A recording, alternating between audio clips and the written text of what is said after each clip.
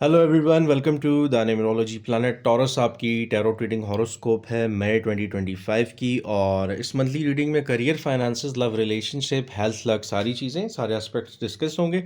Taurus, sun, moon, rising सभी देख सकते हैं। सबसे पहले पेज ऑफ कप्स है। पेज ऑफ कप्स इंडिकेट करता है आपका किसी भी किस्म का, जैसे न्यू कोई प्रपोजल आ सकता है आपका मैरिज का। इसके अलावा कोई करियर में न्यू अपॉर्चुनिटी आ सकती है और कोई न्यू फ्रेंड्स भी बन सकते हैं। अब जहाँ ये चीज़ें अच्छी हो रही हैं, आपकी इनोसेंस भी नज़र आती है, मासूमियत, बट कोई इसका फ़ायदा भी उठा सकता है। अनएक्सपेक्टेड झगड़े, लड़ाइयाँ, इश्यूज़ आ सकते हैं। जैसे आप किसी काम में, किसी फील्ड में न्यू हैं, आपने कोई नई इन्वेस्टमेंट की, किसी बिज़नेस को स्टार्ट किया, तो वहाँ पे अनएक्सपेक्टेड प्रॉब्लम आ सकते हैं। ज़्यादा यहाँ पे डिस्कशन नज़र आती है कॉल पे, टेक्स्ट पे, और किसी हद तक कोई आप के साथ तो कोई गड़बड़ भी हो सकती है, जिसे जिसे मैनिपुलेशन बोलते हैं। कोई शख्स जिससे आपने कुछ सीक्रेट शेयर किया हो, कोई फ्रेंड हो, थोड़ा सा केयरफुल रहने की ज़रूरत है। आगे डेविल कार्ड है, तो ये एनर्जी बड़ी हाइप्ड है यहाँ पे। डेविल कार्ड का मतलब ही ये है कि आप अपने हाथों से अपनी लिए कोई किसी किस्म की प्रॉब्लम क्रिएट कर सकते हैं। जैसे आप किसी ऐसे दोस्त, किसी ऐसे रिलेटिव या शख्स से कुछ भी प्रॉब्लम, इशू अपना डिस्कस कर लिया, कोई सीक्रेट शेयर कर लिया और वो आपके लिए प्रॉब्लम बन चुका। तो यहाँ पे एक ऐसे इंसान की एनर्जी है जिस और कैप्रिकॉर्न की एनर्जी बहुत ज़्यादा है यहाँ पे। अर्थ साइन जितने हैं, थोड़ा सा आपने अपने ही जो रेंज है, क्योंकि टॉरस खुद भी अर्थ साइन है, अवॉइड करना है। आप अगर अभी कोई चीज़ किसी से डिस्कस करते हैं तो वो आपके लिए आगे जाके वो शख्स भी प्रॉब्लम बन सकता है और आपको ही ब्लैकमेल कोई कर सकता है। थोड़ा सा केयरफुल रहना है अपने इन्वेस्टमेंट्स के हवाले से, अपने काम के, अपने पैसों के हवाले से, एजुकेशन, कोई भी आप आगे फ्यूचर में काम करना चाह रहे हैं, केयरफुल रहना। इससे हट के भी कोई आप लव रिलेशनशिप में भी कोई ना कोई आपके लिए डिफ़िकल्टीज, प्रॉब्लम्स आ सकती हैं। केयरफुल रहें। स्ट्रेंथ कार्ड यहाँ पे शो करता है आपका कि आपको एक तो अपनी एफर्ट्स नहीं छोड़नी है। हेल्थ से भी बहुत सारे टॉरस को रिकवरी की ज़रूरत है। अच्छा, इसके अलावा चैलेंजेस यहाँ पे बहुत ज़्यादा है। पेशेंस रखना पड़ेगा। मुंह मारी, लड़ाई झगड़े ये हो सकते हैं। और आपने कोशिश करनी है थोड़ा सा अपना सेल्फ कंट्रोल पे काम करना है और डिसिप्लिन रहना है। लोगों के साथ वर्क प्लेस पे, ख़ुसूसन काम के हवाले से, बॉसेस या लोग आपके लिए प्रॉब्लम क्रिएट कर सकते हैं, आपको इरिटेट कर सकते हैं, परेशान कर सकते हैं। केयरफुल रहिएगा। करियर, फाइनेंसेस पे आते हैं। क्वीन ऑफ वॉन्ड्स, जैसे मैंने कहा, कुछ नई क्रिएटिव अपॉर्चुनिटीज़ आ सकती हैं आपके किसी पास्ट एक्सपीरियंस पे भी, और वैसे कुछ बिल्कुल न्यू लाइन हो सकती है। क्वीन ऑफ वॉन्ड्स इंडिकेट करता है बहुत ज़्यादा बिजी रूटीन्स और बहुत एक्टिवली काम करना। एक कम्युनिकेशन, आपकी बातचीत, राब्ता, ट्रैवलिंग भी यहाँ पे काम के हवाले से हो सकती है। और एक सूटेबल फेवरेबल टाइम है कि अगर कुछ न्यू स्टार्ट आपने लेना है, वो आपके लिए अच्छा है। आप एक लीडरशिप के रोल में हो। आप में से बहुत सारे लोग जो एक्सपीरियंस्ड हैं और अब तक कोई उनको प्रॉपर जॉब या ऐसी लीडरशिप रोल नहीं मिला, तो ऐसा भी कुछ हो सकता है। यहाँ पे आपकी वो सारी क्वालिटीज़ जो आपको कामयाब कर सकती हैं, आप कह लीजिए उनका इजहार कह लें, उनको यूटिलाइज करना। Seven of cups, seven of cups indicate करता है करियर, फाइनेंसिस में एक नहीं, एक से ज़्यादा अपॉर्चुनिटीज़ आ सकती हैं। और आपके लिए यहाँ पे एक चैलेंज ये आ सकता है कि आपको ये समझ ना आ रही हो कि आपने चूज़ क्या करना है। आपकी सिलेक्शन की प्रॉब्लम आपके लिए काफ़ी ज़्यादा आ सकती है। जैसे डिफरेंट मल्टीपल चॉइसेस हैं, आपने बहुत सारी जगहों पे अप्लाई किया है, आप साथ कोई बिज़नेस स्टार्ट कर रहे हो, पार्ट टाइम कुछ कर रहे हो, आपको दो तीन जगह से अपॉर्चुनिटी आ सकती है, या एक कन्फ्यूजन वाली स्टेट नज़र आती है।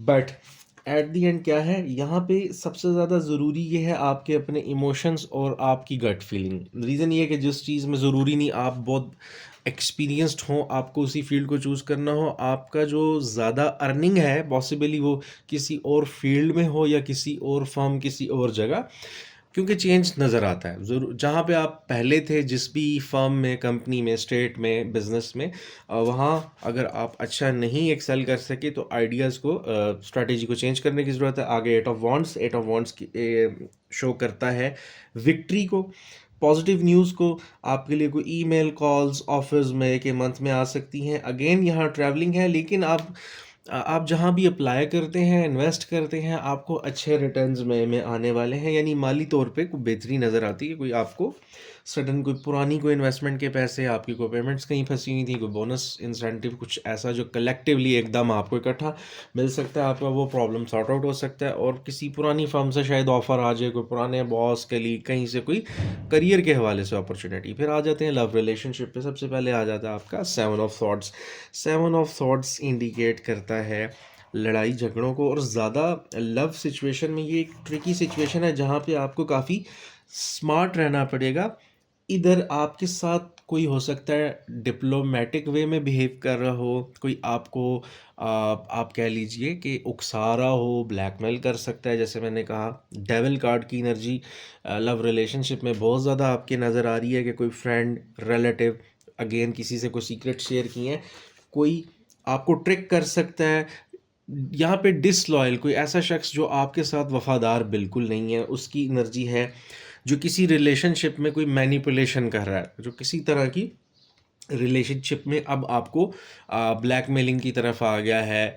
कुछ लोग जो आपको बहुत ज़्यादा जिसे कहते हैं आपकी इनोसेंस, आपकी मासूमियत के साथ वो ज़्यादा खिलवाड़ कर रहे होते हैं, आपको ट्रिक कर रहे होते हैं, और आप बेवकूफ़ बन रहे होते हैं, या वो आपको इमोशनली आपको ड्रैग करते हैं।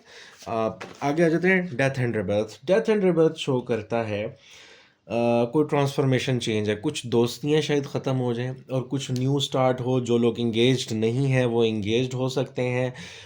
फ़र्ज़ करें कोई कुछ टॉरस जहाँ पे इट डिपेंड्स आपका सन मून राइजिंग में, जिनकी कोई मैरिज अच्छी नहीं चल रही, डिवोर्स की तरफ जा रहे हैं, वो साइकिल एंड हो सकता है। जो बिल्कुल सिंगल हैं, कोई लव रिलेशनशिप स्टार्ट हो सकता है। बट यहाँ पे कुछ फ्रेंडशिप्स आपकी ख़त्म होती नज़र आती हैं, या एटलीस्ट आप फ़र्ज़ करें जो लोग फ्रेंड्स हैं लाइक करते, ये भी हो सकता है आप इंगेज हो जाएं, वो वाली स्टेट चेंज होती नज़र आ रही है। अब आपके फ्रेंड्स को भी केयरफुल रहना पड़ेगा, क्योंकि वो लोग जो टॉरस के साथ लव रिलेशनशिप के हवाले से कनेक्टेड हैं, उनको केयरफुल इसलिए रहना है। चेंज आ रहा है, तो अगर वो ज़्यादा आपको तंग करेंगे तो ये रिलेशन ही पक्का पक्का ख़त्म हो सकता है। फिर आगे जजमेंट कार्ड। अब जजमेंट में अगेन ये आ रहा है कि आप माजी से भी लोग कोई रिटर्न हो सकता है, वापस आ सकता है, उसमें ज़्यादा एनर्जी यहाँ पे स्कॉर्पियो की भी है, एरीज लियो सैजिटेरियस की भी है। कुछ एंडिंग्स हैं, कुछ बिगिनिंग्स हैं, नई अपॉर्चुनिटीज़ हैं। कुछ जो लोग बिल्कुल सिंगल हैं, और ओवरऑल भी जिनके रिलेशनशिप कुछ एंड हुआ है, कोई प्रपोजल्स आ रहे हैं। अगर वो लोग जो वेट कर रहे हैं कि आपका एक्स लवर पार्टनर वाला जो स्टेट होता है रिकनेक्ट हो सकता है कि नहीं, बिल्कुल चांस है, लेकिन ये डिपेंड करेगा अगर अगला डिज़र्व करता है तो कुदरती तौर पे रब तआला के फजल से ये हो सकता है। आपको उतनी एफर्ट पर्सनली करने की ज़रूरत भी नहीं, उन फ्रेंड्स पे भी नहीं, क्योंकि आप बहुत ज़्यादा कर चुके हैं और लोग आपको मिसगाइड भी कर रहे हैं और मिस हैंडल कर रहे हैं। आपके साथ गलत किया जा रहा है, लेकिन वो पोर्ट्रे ये कर रहे हैं कि आप बुरे हो। अब आ जाते हैं हम हेल्थ एंड लक पे। सबसे पहले lovers card. Lovers card indicate करता है यहाँ पे कि कोई लव कमिटमेंट की तरफ आप अगर जा रहे हैं तो थोड़ा सा सब्र कीजिए। आपको बजाय जस्ट एक अपॉर्चुनिटी के, अगर काफ़ी अरसे से आप एफर्ट कर रहे थे, अब कोई अपॉर्चुनिटी आई तो आप सोच रहे हैं बस ठीक है, कोई मैरिज प्रपोजल है, अवेल कर लें। ऐसे नहीं करना, अनएक्सपेक्टेड प्रॉब्लम्स आ सकती हैं। आपको अच्छी तरह अगले का बैकग्राउंड चेक करना चाहिए। सेम गोज़ कि आप अगर कोई जॉब एग्रीमेंट करने लगे हो तो वहाँ पे भी ये रिक्वायर होगा। आपका ये डिसीजन लॉन्ग टर्म चलेगा जो भी आप यहाँ पे लेते हैं। और जॉब अपॉर्चुनिटी के यहाँ पे बहुत ज़्यादा नज़र आ रहा है, कोई भी ऑफ़र आ सकती है, मल्टीपल चॉइसेस हैं, केयरफुल रहिएगा। और यहाँ first and is mental health, काफ़ी वो जैसे कहते हैं ना बेहतर बट एफिशिएंट है। फिर आता है एस ऑफ पेंटिकल्स। 11th से 20th आपका जो मे होगा, आपको कोई प्रॉपर्टी के मैटर्स चल रहे हैं, कोई इन्वेस्टमेंट्स हैं इंस्टॉलमेंट्स के, तो वो सारे सॉर्ट आउट हो सकते हैं। कुछ लोगों को जिसे कहते हैं ना, आपको कोई अपॉर्चुनिटी को लैंड रिलेटेड भी मिल सकती है, कोई ज़मीन के रियल एस्टेट के काम के हवाले से, कंस्ट्रक्शन के हवाले से सेटिस्फेक्शन है, हैप्पीनेस है। माली तौर पे आपको बहुत ज़्यादा यहाँ पे फ़ायदा हो सकता है। और बहुत ज़्यादा जिसे कहते हैं ना बोनस, प्रमोशन, इंसेंटिव वाली एनर्जी भी यहाँ पे वाइब करती है। और फिर हर्मिट कार्ड आ जाता है लास्ट पे। हर्मिट कार्ड खुलासा है आप कह लीजिए पूरी रीडिंग का, वो ये कि आपको हीलिंग की ज़रूरत है। एक वर्ड होता है सेल्फ एक्सप्लोरेशन, खुद की तलाश, आपकी ज़ात को क्या सूट करता है, किस तरह का पर्सन आपकी मैरिज के लिए। अगली चीज़, आपको किस तरह का जॉब, करियर। टॉरस ये टाइम ये है कि अब आपको फोकस करना चाहिए अपनी ज़ात के ऊपर। ट्रू गाइडेंस, रूहानियत की तरफ आने की ज़रूरत है, स्पिरिचुअलिटी की तरफ। और अभी ये थोड़ा-सा टाइम लीजिए, बजाय किसी भी ऑफ़र को, ख़ुसूसन मैरिज के हवाले से, लव रिलेशनशिप के किसी भी शख़्स को फ़ाइनल करने से पहले, कंसिडर करने से पहले थोड़ा-सा आपको सोचने की ज़रूरत है। कुछ एस्पेक्ट्स ऐसे हो सकते हैं जो आपको फ़र्दर गाइड करेंगे। हो सकता है कोई शख़्स आपको सही लग रहा हो और वो बिल्कुल सही ना हो। तो टॉरस, ये आपकी कंप्लीट रीडिंग थी। अगर आपको कंटेंट अच्छा लगा हो तो लाइक और सब्सक्राइब करना मत भूलिएगा। अपना बहुत सारा ख्याल रखिएगा। Thank you so much.